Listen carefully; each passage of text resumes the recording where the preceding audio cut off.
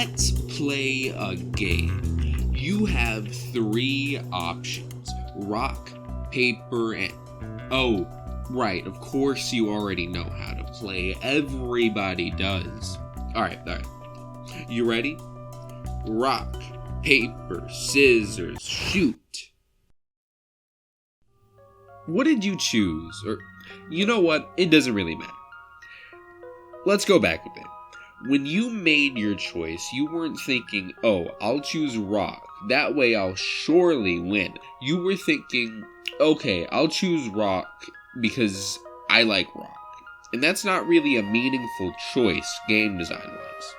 You and your opponent are both throwing in a random input, rock, paper, and scissors, and you both get out a random output, win, loss, or tie. While you, the player, do technically have a choice, it's only the illusion of a choice, and so your choice doesn't really matter. So I think, at least in that aspect, we can agree that rock, paper, scissors is a bad game. Of course, it has some merit. It's incredibly simple, and so it's universal. Everyone knows how to play rock, paper, scissors.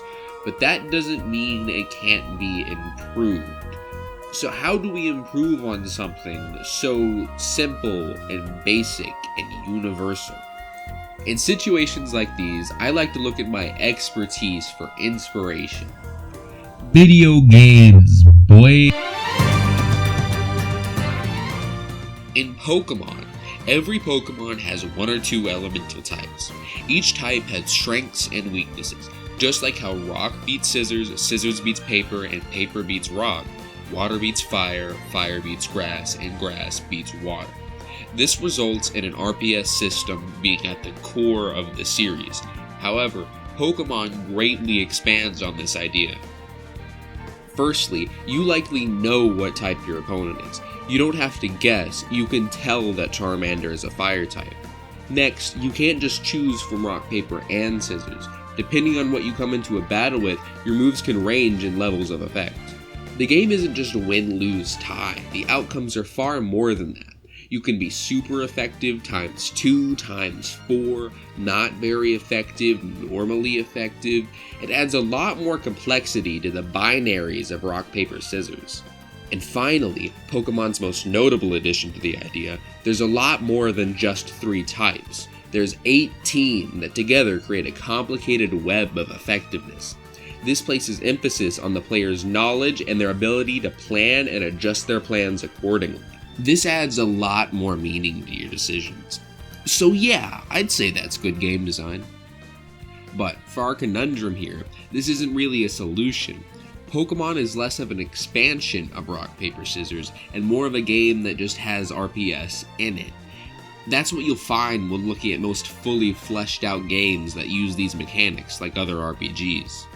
For example, in fighting games, there's a common motif of blocks beating attacks, throws beating blocks, and attacks beating throws. Of course, putting it this way is a very loose oversimplification and ignores other options like movement.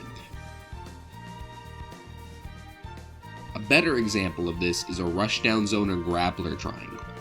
These aren't things that are baked into the game per se, but are more so ideas that are designed and theory crafted around. Each item in the RPS is more metaphorical than tangible. Of course, here we run into the same problem once again.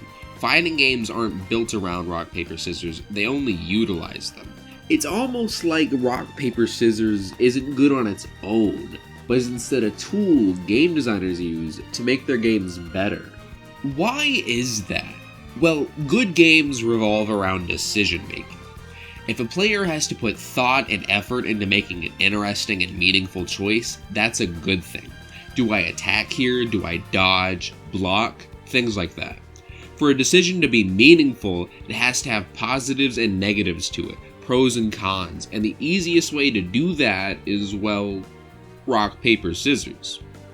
In a way, rock, paper, scissors is the core of decision making, and I mean universally in all of life. Whenever you make a decision, you look at what you gain from it, what it beats, and what you lose from it, what it loses to. Maybe that's why this game is known the world over. It takes this concept so fundamental to life itself and boils it down to its base components. Of course it's flawed. It's taking decision making, the soul of complexity, and dressing it up to be a simple game. That's beautiful. So maybe rock, paper, scissors doesn't need to change.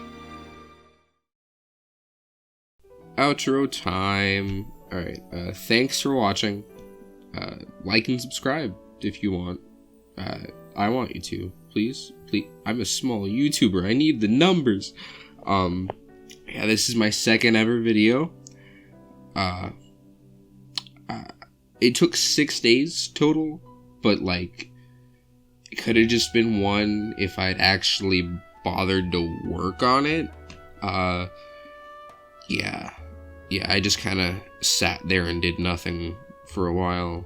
Like, it's open over there, and then I'm just gonna watch YouTube over here. It's you know, if you're doing nothing when you could be doing something that you want to do, you should do the thing that you want to do. That's my advice today. Yeah, do that.